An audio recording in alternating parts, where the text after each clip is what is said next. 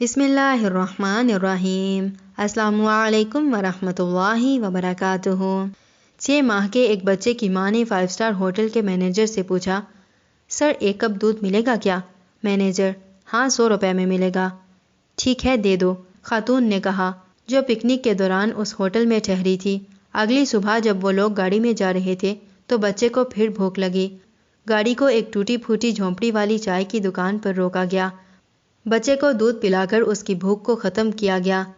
دودھ کے پیسے پوچھنے پر بوڑھا دکان کا مالک بولا، بیٹی ہم بچے کے دودھ کے پیسے نہیں لیتے، اگر راستے کے لیے چاہیے تو مزید دودھ لیتی جاؤ۔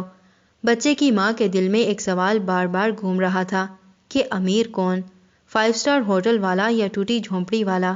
ملی تھی زندگی کسی کے کام آنے کے لیے، پر وقت بیت رہا ہے کاغذ کے ٹکڑے کمانے میں۔ کیا کرو گے اتنا روپیہ پیسہ کما کر؟ نہ کفن میں جیب ہے، نہ قبر میں الماری۔